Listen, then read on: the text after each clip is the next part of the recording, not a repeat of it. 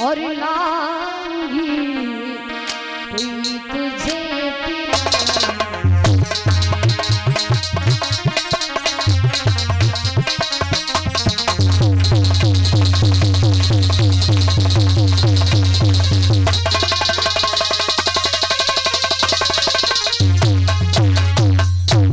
जैसे ही इतना कहा बेटी जब वहां से चलती और धीरे धीरे चलती चलती जाकर किसी जंगल में पहुंचती है और क्या देखा ये सुंदर साधु कौन है मन को गया लुभायो और लेकिन मैया और प्यासी है पर हमसे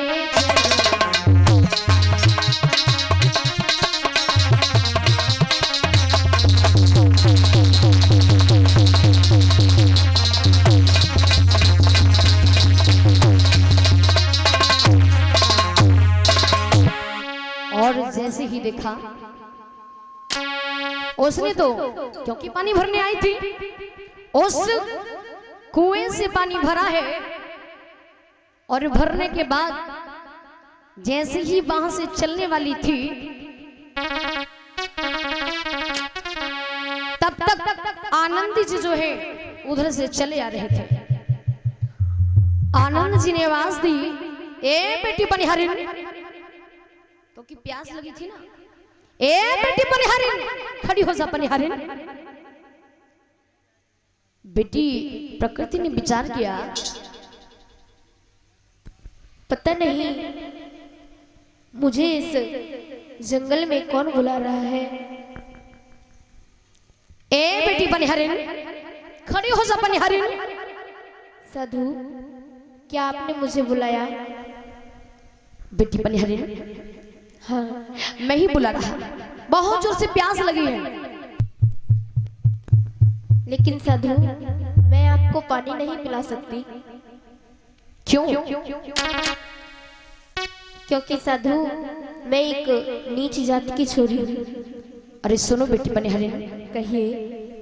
एक भूखे को भोजन दान देना एक प्यासे को पानी पिलाना गिरते हुए को उठाना भला इससे भी बड़ा कोई धर्म है? नहीं साधु मुझे कोई नगर में पानी नहीं भरने देता इसलिए मैं जंगल में आती हूँ। आप आगे चले जाइए और नगर में पानी पी लेना। अरे सुनो बेटी कहिए।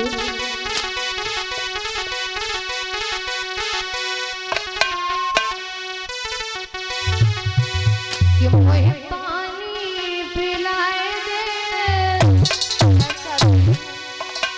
सुनो पनिहारिन कहिए। कि मुझे पानी पिलाए दे ए पनिहारिन मुझे पानी पिलाए दे ए पनिहारिन अरे मैं पानी ना पिलाऊं। अच्छा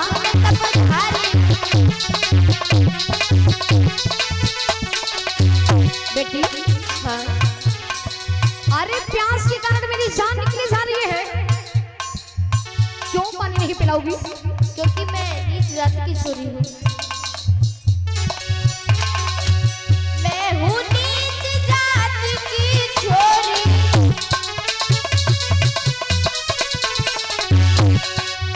मैं हूँ नीच जाति की छोरी। अच्छा हाँ और धर्म बिगड़ जाए सुन तपधारी मैं पानी न पिलाऊं। सुन तपधारी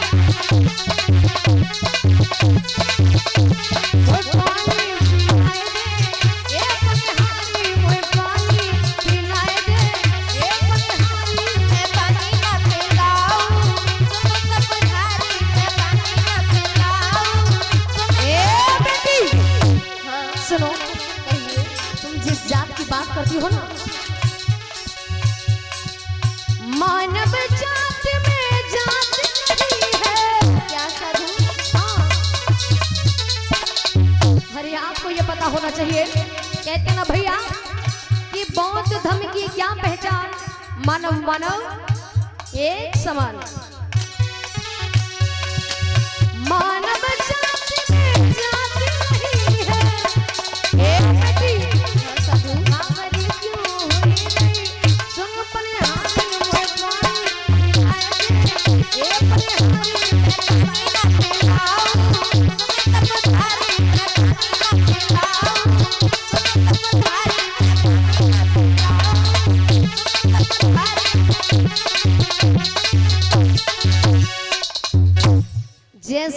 कहा है कि मैं हूं नीच जाति की छोरी, धर्म बिगड़ जाएगो ए तपधारी।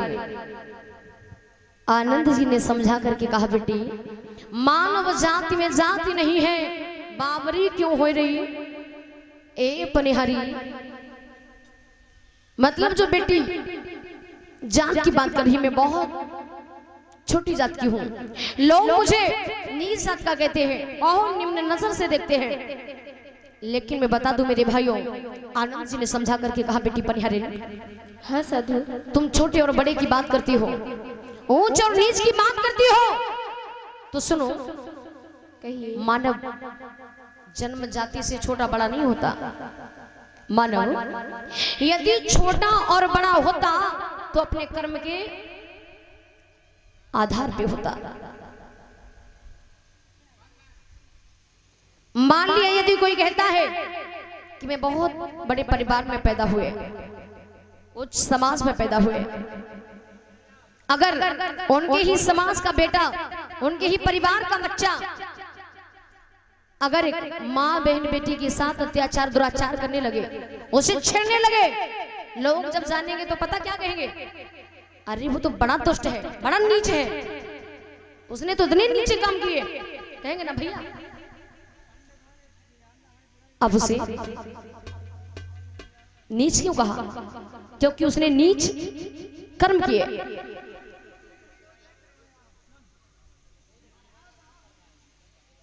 ध्यान दीजिए, आपने कभी देखा हो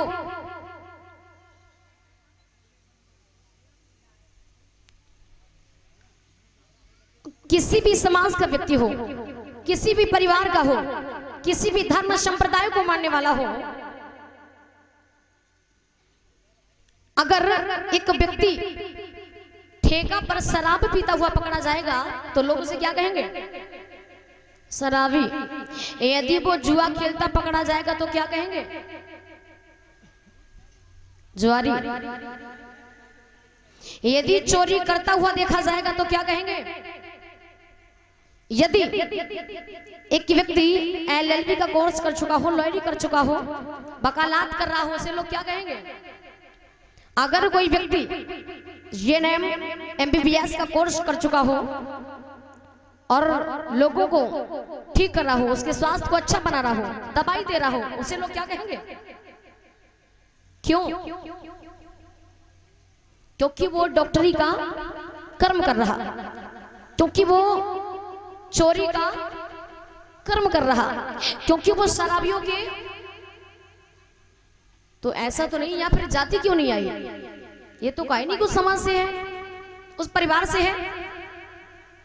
और यदि कोई ज्यादा से ज्यादा बात करता है कि मैं बहुत बड़ा हूं, आप लोग बहुत छोटे हैं, नीच हैं, वो ऊंच है, यदि कोई ऊंच नीच की बात करता है, वो तो सीधा कह दिया कि व्यक्ति कर्म के अनुसार ही छोटा और बड़ा होता।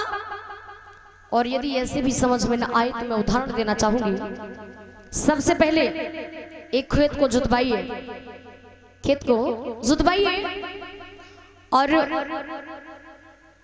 पटेला फिरवा दीजिए, पानी भरवा दीजिए, पटेला फिरवा दीजिए और पानी बिल्कुल सूख जाए, केवल चिपचिपाहट रह जाए। उसी खेत से जो लोग अपने आप को बहुत बड़ा कहते हैं, उन लोगों के समूह को निकालिए, वो जिन्हें लोग नीच जाति का कहते हैं, उन लोगों के समूह को निकालिए। कोई बता सकता है? कोई है वो माई का लाल जो बता दे किस जाति के व्यक्ति का पद चिन्ह है? कोई बता पाएगा भैया? कोई बता पाएगा? नहीं बता पाएंगे ना।